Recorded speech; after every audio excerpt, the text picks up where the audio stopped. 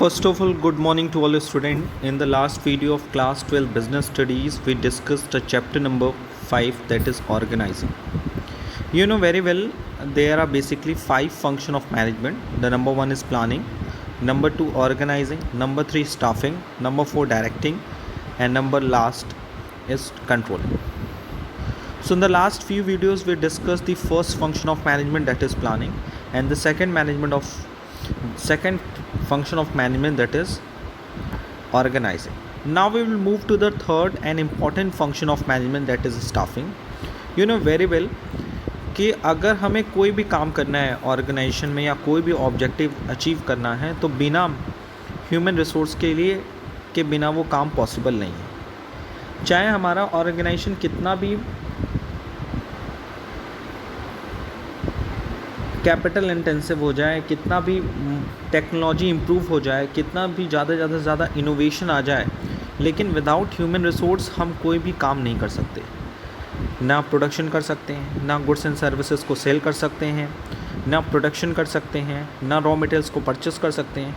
So the basic business activity totally based on the human resource. So इसीलिए function of management में organizing के बाद तीसरा important function होता है स्टाफिंग। स्टाफिंग मतलब एक ऐसा प्रोसेस जो कि ह्यूमन रिसोर्स की व्यवस्था करे, ह्यूमन रिसोर्स को अरेंज करे। You know very well human resource के साथ एक सबसे बड़ी प्रॉब्लम ये होती है उसकी साइकोलॉजी। जनरली हम लोग देखते हैं they are basically 3 types of resources. The number 1 is financial resources, रुपया पैसा। Number 2 physical resources, that is assets which includes the various kind of machineries, as well as human resource. Human resource means आदमी, क्योंकि without आदमी, without person we cannot run any kind of business. So अगर हम छोटा सा भी business देखें तो ह्यूमन रिसोर्स का होना बहुत ज़रूरी है। इतनी बात तो क्लियर हो गई। और ह्यूमन रिसोर्स से रिलेटेड एक अलग से फंक्शन है मैनेजमेंट का, वो है स्टाफिंग। अगर हम बात करें तो ह्यूमन रिसोर्स की अपनी एक साइकोलॉजी होती है। अगर हम मटेरियल की बात करें, मशीनरी की बात करें, मनी की बात करें, तो these kind of resources do not have its own mind. इनका अपना कोई माइंड नहीं होता है, अपना कोई बिहेवियर पैटर्न नहीं होता है। बल्कि स्टाफिंग में क्या एक सबसे बड़ी प्रॉब्लम होती है स्टाफ में कि उनका खुद का परसेप्शन होता है, खुद की सोच होती है। तो किस तरह से ह्यूमन रिसोर्स को हम अपने ऑर्गेनाइजेशनल ऑब्जेक्टिव के साथ इंटर रिलेट करें, कैसे उनका माइंड अपने ऑर्गेनाइजेशनल ऑब्जेक्टिव की तरफ लगाएं, ये भी एक इम्पॉर्टेंट ऑब्जेक्टिव होता है in the process of staffing. So that's why staffing को हम लोग मैनेजमेंट की एक इम्पॉर्टेंट फंक्शन के रूप से देखते हैं, क्योंकि विदाउट ह्यूमन रिसोर्स हम कोई एक्टिविटी बिजनेस की कर नहीं सकते हैं। एज़ वेल एज़ दूसरी बात ये होती है कि स्टाफ का यानी ह्यूमन रिसोर्स का अपना खुद का माइंड होता है, अपना खुद का परसेप्शन होता है। इनको हम अपने अकॉर्डिंग चला नहीं सकते, इनको अपने अकॉर्डिंग मैनेज नहीं कर सकते, बल्कि इनकी साइकोलॉजी को समझ के इनसे काम कराया जा सकता है, इनको ऑर्गेनाइजेशनल गोल की तरफ बढ़ाया जा सकता है। So let's we start the important function of management, that is staffing. Staffing, you know very well, staffing is a process because it is an ing form. Staff का मतलब होता है human resource and ing लग जाता है, so it is a process. So in basically word we can say staffing means arrangement of staff, that is a human resource. यानी एक organisation में ह्यूमन रिसोर्स की व्यवस्था करना, ह्यूमन रिसोर्स का अरेंजमेंट करना, that is staffing. So let we start the concept of staffing. Staffing is the management process just after planning and selection of the organizational structure. Staffing may be defined as the process of hiring and developing the required personnel to fill in various positions in the organization. It implies placing right person at the right job. This function management is concerned with determining the manpower requirement, selection, placement, training and compensation of employees of an enterprise. It helps in filling and keeping filled the position in the organizational structure. It goes on the continuous process because new jobs are created every time as employees may leave the organization off and on, and also because of growth and diversification in an organization. तो ये पूरा paragraph पढ़ने के बाद हमें पता चल रहा है कि स्टाफिंग का जो प्रोसेस है वो प्लानिंग, एंड ऑर्गेनाइजिंग के बाद आता है। दूसरी बात, स्टाफिंग एक ऐसा प्रोसेस है जिसमें हम required personal that is human resource को हायर करते हैं एंड उनको डेवलप करते हैं टाइम टू टाइम, ताकि जो ऑर्गेनाइजेशन में जो पोजीशन खाली पड़ी हुई है उनको हम भर सकें। In short wait we can also say the staffing means right person at the right job. यानी स्टाफिंग का मेन ऑब्जेक्टिव होता है कि सही जगह पे सही बंदे का होना ज़रूरी है। पूरे स्टाफिंग प्रोसेस को अगर हम स्टडी करें तो उसमें सबसे पहले हम लोग मैन पावर रिक्वायरमेंट की बात करते हैं कि ऑर्गेनाइजेशन को कितने मैन पावर की ज़रूरत है। फिर उस बेसिस पे उनका सिलेक्शन करना, उनका प्लेसमेंट करना, उनको ट्रेनिंग देना, उनको कंपनसेशन प्रोवाइड करना, ये सब स्टाफिंग के प्रोसेस के अंदर आता है। एज वेल एज ये कॉन्टिन्यूअस प्रोसेस है। अगर आपसे कोई पूछे स्टाफिंग कॉन्टिन्यूअस प्रोसेस है तो आप सीधे बोलेंगे यस। क्यों प्रोसेस है? क्योंकि पहली बात तो ये है कि ऑर्गेनाइजेशन में हमेशा क्रिएटिविटी आने लगती है, इनोवेशन होता है। सो इनोवेशन के कारण नई नई जॉब्स आती हैं। सो उन जॉब्स को भरने के लिए हमें स्टाफिंग करना पड़ता है। दूसरी बात है कि कई सारे एम्प्लॉयज़ ऐसे होते हैं जो कभी कभी किसी रीज़न से ऑर्गेनाइजेशन को छोड़ देते हैं, या तो उनकी बेटर जॉब लग जाती है या वो उस कंपनी के बेनिफिट से या वहाँ के इन्वायरमेंट से सेटिस्फाइड नहीं होते हैं, सो इसलिए वो एम्प्लॉयज़ को छोड़ देते हैं। एज वेल एज जब ऑर्गेनाइजेशन अपने बिज़नेस को डाइवर्सिफाई करना चाहता है, ग्रो करना चाहता है, तो उसको ज़्यादा से ज़्यादा एम्प्लॉयज़ की ज़रूरत पड़ती है। So they are basically 3 reason which prove that कि staffing is a continuous process because new jobs are created every time. Second, employees may leave the organization and organization wants growth and diversification of their business. So what is staffing? In basically term we can say staffing means putting people to jobs or finding the right people for the right job. In broad sense, staffing may be defined as the managerial function of employees and developing human resource for carrying out the various managerial and non-managerial activities in the organization. This function is concerned with attracting, acquiring and activating the human resource for achieving organizational goal. Now we'll move to the next topic of this chapter, that is importance and need of staffing. जैसा कि मैंने starting में आपको समझाया कि बिना human resource के तो कोई काम हो ही नहीं सकता। अगर हम एक ऐसे ऑर्गेनाइजेशन की कल्पना करें कि कहाँ वहाँ पे एक भी ह्यूमन रिसोर्स ना हो, तो क्या वो ऑर्गेनाइजेशन अपने काम को फुलफ़िल कर सकता है? नहीं कर सकता। तो अगर काम छोटा हो चाहे काम बड़ा हो, चाहे काम ईजी हो चाहे ट्रिकी हो, सारे काम के लिए मुझे ह्यूमन रिसोर्स की ज़रूरत है। अगर कंपनी के पास खूब पैसा है, उसके ओनर के पास खूब पैसा है, उसने एक से एक मॉडल मशीन लगा दी, एकदम फैंटास्टिक मशीन लगा दी, लेकिन उस मशीन को ऑपरेट कौन करेगा? ह्यूमन करेगा।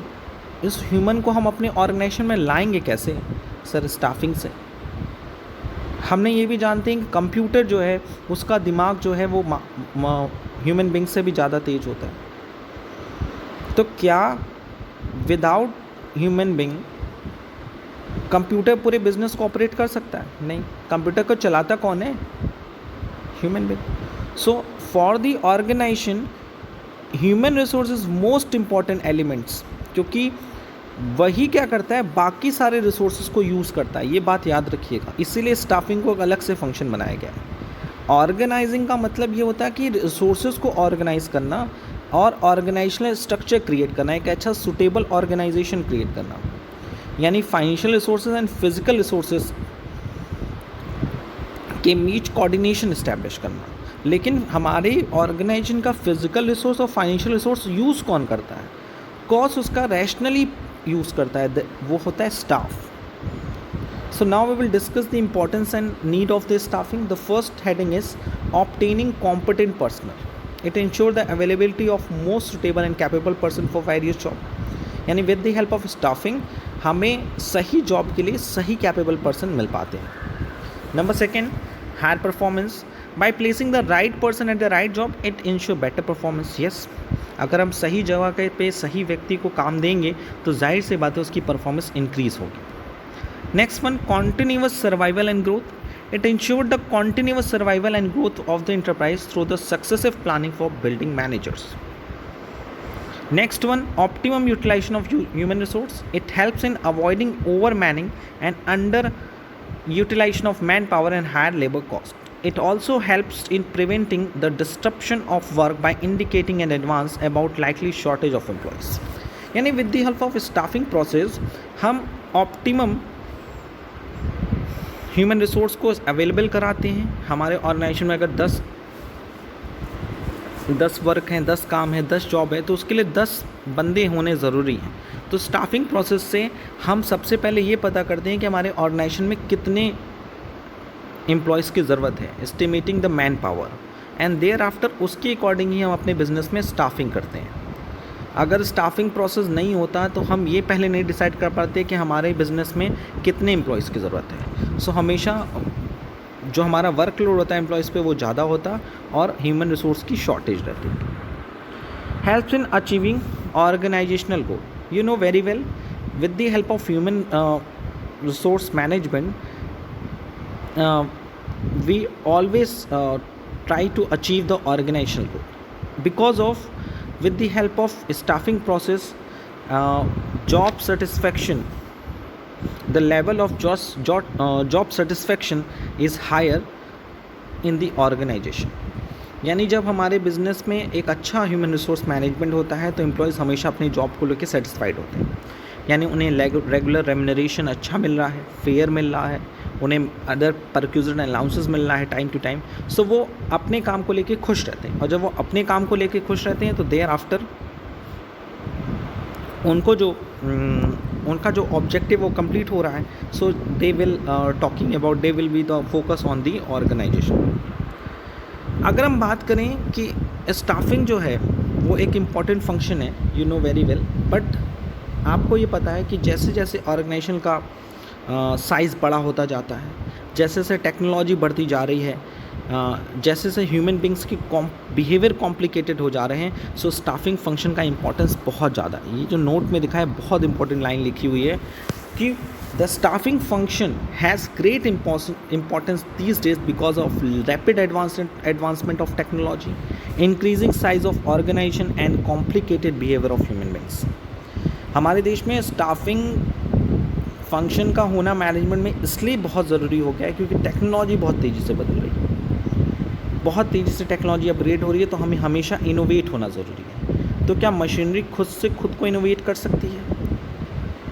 फिज़िकल रिसोर्स अपने आप को खुद से इनोवेट कर सकते हैं, खुद से टेक्नोलॉजी की इम्प्रूव कर सकते हैं? नहीं, उसके लिए हमारे पास ह्यूमन रिसोर्स का आना ज़रूरी है। इनोवेशन कौन लाता है? बंदा ही तो लेके आता है, पर्सन लेके आता है। Increasing the size of organisation छोटा है तो कुछ व्यक्तियों से काम चला है, लेकिन ऑर्गेनाइजेशन जितना बड़ा होना जाता है, जितना ही कंपनी की साइज़ बड़ी हो रही है, उतने ह्यूमन रिसोर्स की ज़रूरत ज़्यादा से ज़्यादा पड़ रही है। सो इस सिचुएशन में कंपनी के सामने एक चैलेंजेस ये है कि उन्हें प्रॉपरली अपने बिजनेस में ह्यूमन रिसोर्स की अवेलेबिलिटी होनी चाहिए। Now the third important things is complicated behaviour of human beings. You know very well कि हमारे ह्यूमन बींग्स के बिहेवियर बहुत कॉम्प्लिकेटेड हो जा रहे हैं, उनकी साइकोलॉजी को समझना, उनके परसेप्शन को समझना उतना ईजी नहीं रह गया जितना पहले रह गया। So these other 3 headings which also focus on the importance of the staffing function. Now we will move to the next and important part is staffing as a part of human resource management. You know very well, जब organisation बहुत छोटा होता है तो वहाँ human resource को available कराने के लिए, ह्यूमन रिसोर्स को रखने के लिए हम स्टाफिंग प्रोसेस को यूज़ करते हैं। लेकिन जब ऑर्गेनाइजेशन बहुत बड़ा होता है और जहाँ स्टाफ का एक प्रॉपर मैनेजमेंट होना बहुत ज़रूरी होता है, तो वहाँ एक अलग से डिपार्टमेंट होता है, दैट इज़ HR डिपार्टमेंट। आपने नाम भी सुना होगा, ह्यूमन रिसोर्स मैनेजमेंट, क्योंकि स्टाफिंग प्रोसेस जो है वो HR मैनेजमेंट के साथ ही जुड़ा हुआ है। सो अगर हम बेसिकली बात करें कि जब ऑर्गेनाइजेशन बहुत बड़ा हो जाता है, जहाँ नंबर ऑफ़ एम्प्लॉयज़ बहुत ज़्यादा हो जाते हैं, तो वो अपने पर्सनल इंटरेस्ट से अपने ऑर्गेनाइजेशन इंटरेस्ट पे इफ़ेक्ट डालने लगते हैं। सो रिसोर्स को कंट्रोल करना, उनको मैनेज करना बहुत ज़रूरी है। तो बेसिकली अगर हम ये कहें कि अगर ऑर्गेनाइजेशन छोटा है तो वहाँ स्टाफिंग प्रोसेस से काम चल जाएगा, लेकिन जैसे जैसे ऑर्गेनाइजेशन बड़ा होता जाएगा तो नंबर ऑफ़ एम्प्लॉयज़ बड़े हो जाएंगे। नंबर ऑफ़ एम्प्लॉयज़ ज़्यादा होंगे तो उनकी पर्सनल इंटरेस्ट ज़्यादा होंगे, तो वो अपने पर्सनल इंटरेस्ट को ज़्यादा फेवर करेंगे as compare to the organisational interest. So coordination बनाने के लिए एक अलग से डिपार्टमेंट बनाया जाता है, that is human resource management. यानी ह्यूमन रिसोर्स मैनेजमेंट एक अलग से डिपार्टमेंट बनाया जाता है for those organisation where the number of employees increases. Okay, और ये पूरा डिपार्टमेंट जो होता है ह्यूमन रिसोर्स मैनेजमेंट पे वर्क करता है। उसमें सारे स्पेशलिस्ट होते हैं कि हम कैसे ह्यूमन रिसोर्स को मैनेज कर सकते हैं, क्योंकि यू नो वेरी वेल कि ह्यूमन रिसोर्स के अपने खुद के माइंड होते हैं, खुद के परसेप्शन होते हैं, खुद की खुद थिंकिंग होती है। आप मशीनरी को कोई नीड सुना है? मशीन में आप कई दिन तक उसका रिपेयर मत कराइए, क्या वो आपसे शिकायत करेगी कि नहीं नहीं आपने मेरा रिपेयर नहीं कराया, मैं काम नहीं करूँगा? नहीं करेगी ना। फिज़िकल रिसोर्स, लेकिन HR ह्यूमन रिसोर्स को प्रॉपरली अगर आपने परक्यूजिट नहीं दिया, रिटर्न बैक नहीं दिया, सो अगर आप सोचिए वो शिकायत करेगा। हाँ सर, शिकायत भी करेगा एज वेल एज वो काम करने को भी रिफ्यूज़ कर सकता है। सो ज़्यादा ट्रिकी क्या है, फिज़िकल रिसोर्स को हैंडल करना कि ह्यूमन रिसोर्स को हैंडल करना? सर ह्यूमन रिसोर्स को हैंडल करना बहुत ज़रूरी है। Okay, so we can easily says कि staffing secures and develop personnel for the jobs created by organization, so it should be treated as the part of human resource management. So अगर basically हम कहें तो staffing is a part of human resource management. Human resource management is the recruitment, selection, development, utilization, compensation and motivation of human resources of the organization. So now we will discuss which kind of activity comes under the HR personnel. यानी human resource management में कौन कौन सी activities include की जाती हैं। In the human resource management the specialised activity to be performed by HR personnel which are as follows. The first one is recruitment. Recruitment means searching for eligible candidate. In the human resource management, human resource managers का, वहाँ के personal का सबसे पहला काम होता है recruitment. Recruitment means searching for eligible candidate, यानी ऑल दोज कैंडिडेट की खोज करना जो उस जॉब के लिए सुटेबल है। Number 2, analysing jobs and preparing job description. दूसरा काम ये होता है जॉब HR पर्सनल का, वो होता है जॉब को एनालाइज करना और उसके अकॉर्डिंग जॉब डिस्क्रिप्शन प्रिपेयर करना। जॉब डिस्क्रिप्शन क्या होता है, जिसमें जॉब से रिलेटेड अथॉरिटी, रिस्पॉन्सिबिलिटी गिवन होती है और उस जॉब में आपकी क्या क्या रिस्पॉन्सिबिलिटी है, क्या क्या राइट्स हैं, क्या क्या आपकी एक्टिविटीज़ हैं, वो सब चीज़ें उसमें डिफ़ाइन की जाती हैं। Developing compensation and incentive plan. With the help of HR personnel we can also develop the compensation plan कि पर्टिकुलर पोस्ट के लिए आपको कितना पैसा दिया जाना चाहिए ताकि आप प्रॉपर सेटिस्फाइड रहें, क्योंकि you know very well money is a important base for the satisfaction of the employees. एक एम्प्लॉयज़ को आप कुछ मत दीजिए, एक प्रॉपर सैलरी दीजिए, प्रॉपर रेम्यूनरेशन दीजिए, तो वो हमेशा खुश रहेगा। सो इसके लिए एक अलग से डिपार्टमेंट रहता है, HR डिपार्टमेंट, वो इस बात को एनालाइज करता है कि बंदा कितना काम कर रहा है और उस बंदे को कितना पैसा देना चाहिए, as well as incentive plan भी, ताकि वो अपने काम को और अच्छे ढंग से करें, क्वालिटेटिव रहे, क्वांटिटेटिव के साथ साथ क्वालिटेटिव वर्क रहे। सो उसके लिए इंसेंटिव प्लान के लिए भी हम लोग डिस्कस करते हैं। Training and development employees, you know very well environment is dynamic, future uncertain है, सो उसके लिए प्रिपेयर रहना और आने वाले इनोवेशन एंड टेक्नोलॉजी इम्प्रूवमेंट को हैंडल करने के लिए एम्प्लॉयज़ का ट्रेन होना और उनका डेवलप होना बहुत ज़रूरी होता है। सो HR डिपार्टमेंट की हेल्प से हम अपने एम्प्लॉयज़ को ट्रेन करते हैं और उनका डेवलपमेंट करते हैं। It focus on the internal development of the internal qualities. Now maintaining labour relation and union management relation, you know very well जब ऑर्गेनाइजेशन बहुत बड़ा होता है तो वहाँ हज़ारों लाखों एम्प्लॉयज़ काम करते हैं, तो वो अपना एक यूनियन क्रिएट करते हैं और यूनियन के जो रिप्रेजेंटेटिव होते हैं वो ऑर्गेनाइजेशन के एम्प्लॉयज़ के इंटरेस्ट के बारे में टाइम टू टाइम ऑर्गेनाइजेशन से डिस्कस करते हैं and they want to development of their union members, और वो अपने यूनियन के जितने मेंबर्स होते हैं, जितने एम्प्लॉयज़ होते हैं, उनके डेवलपमेंट की बात करते हैं। सो एचआर डिपार्टमेंट का एक काम ये भी होता है कि यूनियन के साथ कोऑर्डिनेशन बना के रहे और उनकी प्रॉब्लम्स को सुने, उनकी प्रॉब्लम को सॉल्व करे और उनकी जो डिमांड है, जो उसमें से जो कह सकते हैं परमिटेबल डिमांड है, उसको परमिट दे, और जो डिमांड नहीं सही लगती है उस डिमांड को उन पे समझाए कि देखिए ये डिमांड अभी उतना ज़्यादा इम्पोर्टेंट नहीं है। सो लेबर रिलेशन क्रिएट करना, यूनियन मैनेजमेंट के साथ रिलेशन क्रिएट करना। Handling grievances and complaints, you know very well there are various complaint regarding the human resource, क्योंकि ह्यूमन रिसोर्स की अपना परसेप्शन होता है, अपना काम करने का तरीका होता है। So with the help of HR department easily handle कर सकता है ग्रीवेंसेस को एंड कंप्लेंट्स को रिगार्डिंग द ह्यूमन रिसोर्स। अगर किसी को किसी एम्प्लॉय से कोई शिकायत है, एक एम्प्लॉयज़ का दूसरे एम्प्लॉयज़ के साथ कोई दिक्कत है, एक एम्प्लॉयज़ का बिजनेस के साथ कोई दिक्कत है, कस्टमर के साथ कोई कंप्लेन आती है, सो इस सिचुएशन को हैंडल करने के लिए एचआर डिपार्टमेंट क्रिएट किया जाता है। Now providing social security and welfare of employees. With the help of HR department हम ये देखते हैं कि एचआर डिपार्टमेंट एनालाइज करता है जॉब को एज वेल एज उनकी सोशल सिक्योरिटी भी डिसाइड करता है और एम्प्लॉयज़ के वेलफेयर के लिए काम करता है। जनरली यही कहा जाता है कि HR department work for the welfare of employees, कि एम्प्लॉयज़ का वेलफेयर हो, उसको फिजिकल सिक्योरिटी के साथ साथ, फिजियोलॉजिकल सिक्योरिटी के साथ साथ, बेसिक सिक्योरिटी के साथ साथ उसको सोशल सिक्योरिटी दी जाए, जैसे जॉब सिक्योरिटी दिया जाए, टाइम टू टाइम उसका इंक्रीमेंट किया जाए, उसे मेडिकल बेनिफिट दिया जाए, उसे लाइफ इंश्योरेंस का कवर दिया जाए। तो this kind of security given by the HR department to its employees. And the last, defending the company lawsuits and avoiding legal complications. HR department का सबसे important काम ये भी होता है कि वो अपनी कंपनी को लॉ शूट्स, जो भी केस दर्ज होते हैं, उससे बचा के रखें, क्योंकि जनरली हम देखते हैं कि कुछ एम्प्लॉयज़ ऐसे होते हैं जो कंपनी पे कभी कभी कोई केस दर्ज कर देते हैं कि कंपनी ने उसके साथ गलत किया। वो सही है कि गलत है, ये इस पे हम लोग नहीं डिस्कस कर रहे हैं, लेकिन हाँ एचआर डिपार्टमेंट का ये काम होता है कि स्टाफ की तरफ से, ह्यूमन रिसोर्स की तरफ से अगर कोई केस दर्ज किया गया है कंपनी के ऊपर, कोई भी सूट किया गया है, कोई भी कंपनसेशन डिमांड किया गया है, तो वो डिफेंड करती है company.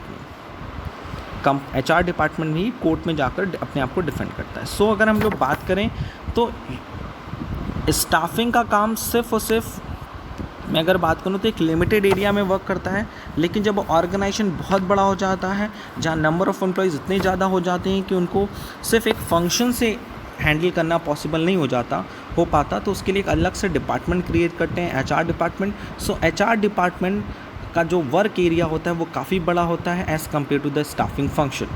So therefore we can also say कि staffing is basically extended to the human resource management. यानी जब ऑर्गेनाइजेशन छोटा होता है सिर्फ हम स्टाफिंग प्रोसेस करके ही काम चला देते हैं, लेकिन अगर ऑर्गेनाइजेशन बड़ा होता है तो अलग से एक डिपार्टमेंट बनाते हैं, जैसा एचआरडी ह्यूमन रिसोर्स डिपार्टमेंट, जिसे हम लोग कहते हैं HRM human resource management, in order to attain the specialisation in the area of human resource. Now we will discuss the next topic of this chapter, that is evolution of human resource management। आपके मन में आ रहा होगा कि sir ये human resource management word कहाँ से आया, इसका इवोल्यूशन कहाँ से हुआ, इवोल्यूशन कहाँ से हुआ, इसका जन्म कहाँ से हुआ। तो देखिए, अगर आप बहुत पुराने बात करेंगे, जब देश हमारा आज़ाद हुआ था तो उस समय इंडस्ट्रियल रिवॉल्यूशन की बात हुई थी। इंडस्ट्रियल रिवॉल्यूशन की बात होने के बाद इंडस्ट्रियल रिवॉल्यूशन इसलिए आया था कि वहाँ पे जो लोग एम्प्लॉयज़ काम करते थे, वहाँ पे एम्प्लॉयज़ के साथ काफ़ी बुरा होता था। जैसे अगर आप गैंग्स ऑफ वासेपुर मूवी देखेंगे फर्स्ट पार्ट, तो उसमें आप देखेंगे कि उसमें एक एक्टर है जो कि वर्क करता है कोल माइन में, और जो कोल माइन का जो हेड रहता है, जो उस कोल माइन को सुपरवाइज करता है, वो अपने एम्प्लॉयज़ के साथ, अपने वर्कर्स के साथ गलत बिहेवियर करता है। So at the time of industrial revolution अगर आप उसको फील करेंगे तो उस समय इस बात की फीलिंग आई कि एक ऐसा यूनियन होना चाहिए जो वर्कर्स एंड ओनर्स के बीच में एक मीडिएटर, क्योंकि वर्कर्स का हमेशा एक्सप्लॉयटेशन होता था। ठीक है, उन्हें प्रॉपर वेजेस नहीं दिया जाता था, उनसे ओवर टाइम कराया जाता था, उनके ऊपर पर्सनल उनको हरासमेंट किया जाता था। सो उसके लिए the first one eight the time of industrial revolution आया था लेबर वेलफेयर ऑफिसर, यानी जिस केस में ट्रेड यूनियंस होते थे जो पर्सनली कनेक्ट थे with the workers as well as to the owner, workers and owners के बीच में वो कोऑर्डिनेशन क्रिएट करते थे। उसके बाद वर्ड आया personal officer and personal manager, यानी जब इंडस्ट्रियल रिवॉल्यूशन का फेस अलग हो गया, यानी जब हमारे इंडस्ट्रियल एरियाज़ में काफ़ी डिस्ट्रीब्यूशन हो गया कि ये वर्क ये करेगा, ये वर्क ये करेगा, पर्टिकुलर डिस्ट्रीब्यूशन हो गया इंडस्ट्री का। सो उस समय फैक्ट्री सिस्टम आया। फैक्ट्री सिस्टम मतलब जो कंपनी जिस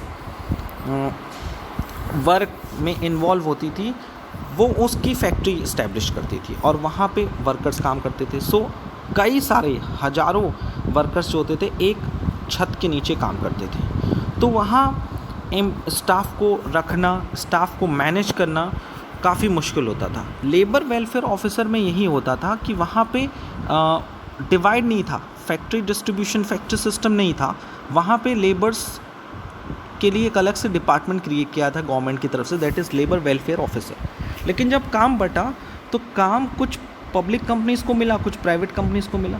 तो पब्लिक कंपनीज़ में भी वर्कर्स काम करते थे, प्राइवेट कंपनीज़ में भी वर्कर काम करते थे, ये अलग अलग कंपनीज़ हैं।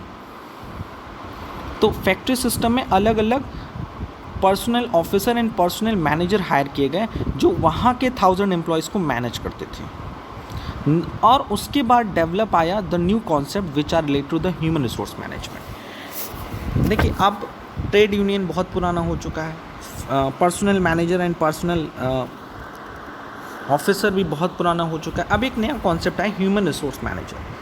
ह्यूमन रिसोर्स मैनेजमेंट का काम सिर्फ और सिर्फ कंप्लेंट और सजेशन को ही नहीं लेना होता है, एज वेल एज वो स्टाफ जो होते हैं ऑर्गेनाइजेशन में उनको रिक्रूट करना, उनको सेलेक्ट करना, उनको प्लेस करना, उनको राइट जॉब देना, उनका इंटरव्यू लेना, उनको फैसिलिटी प्रोवाइड करना, उनको डेवलप करना, उनको सैलरी प्रोवाइड करना, उनका इंक्रीमेंट करना, उनको जॉब से निकालना, उनकी कोई क्लेम हो तो उस पर उस डिफेंड करना कंपनी की तरफ से, या उनको कंपनसेशन प्रोवाइड करना। All these things which are covered in the human resource management. So आज ऑर्गेनाइजेशन में टेक्नोलॉजी बहुत चेंज हो गई है, स्किल डेवलपमेंट हो गया है, ट्रेनिंग की ज़रूरत है। सो ह्यूमन रिसोर्स मैनेजमेंट जो है वो अब पूरे कंपनी के लिए एक अलग से ह्यूमन रिसोर्स मैनेजमेंट डिसाइड किया जाता है।